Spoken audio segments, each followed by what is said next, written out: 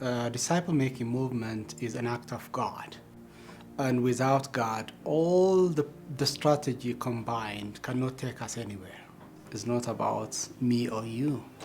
It's about God. And it's about the lost. We should pray for people, for nations who have not heard about Jesus. Trying to see a movement in a people group without prayer is trying to fly without wings. Movements begin with prayer, movements end with prayer, and there are no movements without prayer. Behind any success in planting churches, in making disciples, there are a lot of prayer, a lot of fasting, a lot of bending knees, a lot of cry, weeping before God. And this is where the victory is won. And then when you go on the field, you see the result. And so prayer is central to everything that we do.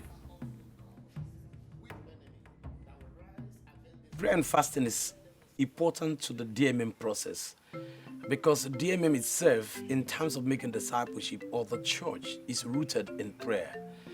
We realize that Jesus, when he walks the face of this earth, before he started his ministry, the first thing he did was to go out to pray. And as you look at the life of Jesus, the Bible says he went out early to pray every day. It was part of his daily life to pray. In fact, he prayed so much that his disciples asked him, "Master, teach us how to pray." And Jesus prayed all throughout. There were times before he started his miracle, he prayed. Before feeding the 5,000, he lifted the bread up and he prayed.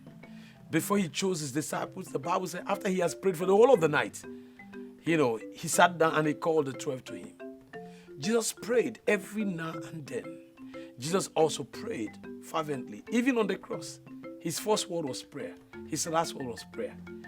And if Jesus, who gave birth to the church, prayed so much, then it is just incumbent on all of us to pray that way if we are going to have a church that makes disciples that rapidly multiply themselves. In New Testament, we learn that from Jesus. But actually, prayer and fasting started in the Old Testament. So anybody that God had called into the ministry, most of them started with praying. So when we start with fasting and praying, one reason is to align ourselves with God's will and God's plan. And I think that's the reason why Jesus went into the wilderness, to hear from the Father. And so when we disciple makers choose to fast and pray, it's listen from God. He's the one who had sent us to do it. He's the one who knows where for us to go. He's the one who knows who to engage with. And so as we pray, there's so many things that happen. Fasting is so important because it helps us to concentrate on God's will.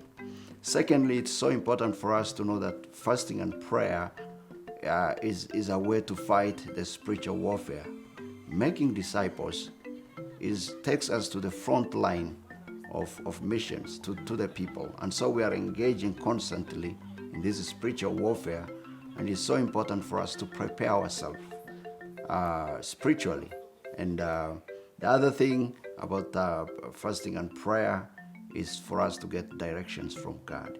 And as we pray and fast, we will hear from God, and that will help us where to go, what to do, and how to do those things.